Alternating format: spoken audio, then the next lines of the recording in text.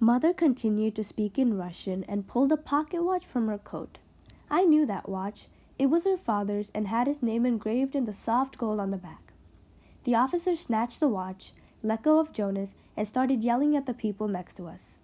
Have you ever wondered what a human life is worth? That morning, my brother's was worth a pocket watch. Hi, my name is Joslin, and I recently read the book Between Shades of Grey by Ruta Sepetys. This is a story based on a real-life event.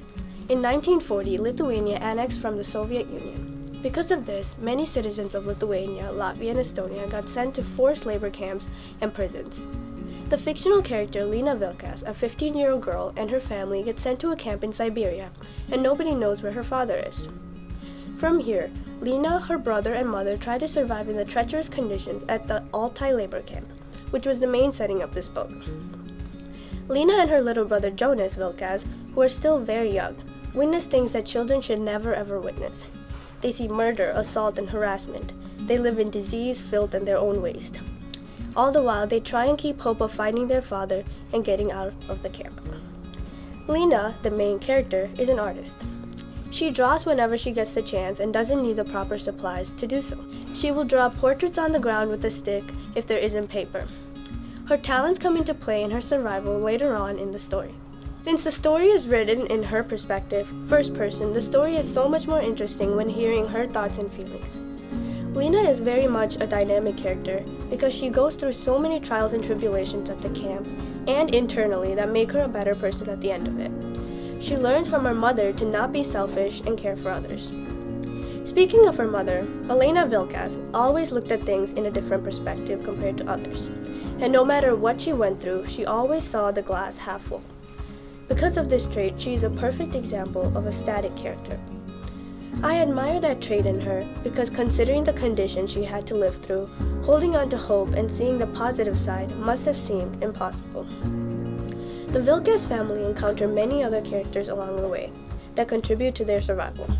One of them being Andreas or Rivtas. Andreas and Lena will develop a connection, I guess you can call it. He helps her out countless of times and saves her life on countless occasions. He was always protective of the ones he loved, thus making him a static character. This all started the initial conflict when the NKVD, police that overlook labor and prison camps, knocked on the door of the Vilkas household and put them on trains to go to Siberia. From here, they struggled in the labor camp and problems just kept getting hurled at them. Considering all of the problems and all of the suffering the characters went through, the theme of this book was that you can survive even the hardest situations as long as you have love and hope. This relates to the survival theme because surviving isn't merely about the physical needs, but about the mental and emotional needs as well. I recommend this book to anyone in general because anyone can take away something from it. But because there are a lot of dark parts in the book, ages 13 and up is a good age limit. Many people don't like to read historical fiction because they don't like getting bombarded with information. But with Between Shades of Grey, it's a journey. You learn history, morality, ethics, sympathy, and so much more. Ruta Sepetys managed to turn a sad and dark story into something beautiful. Reading this book was an experience for me because I could almost feel the pain the characters went through.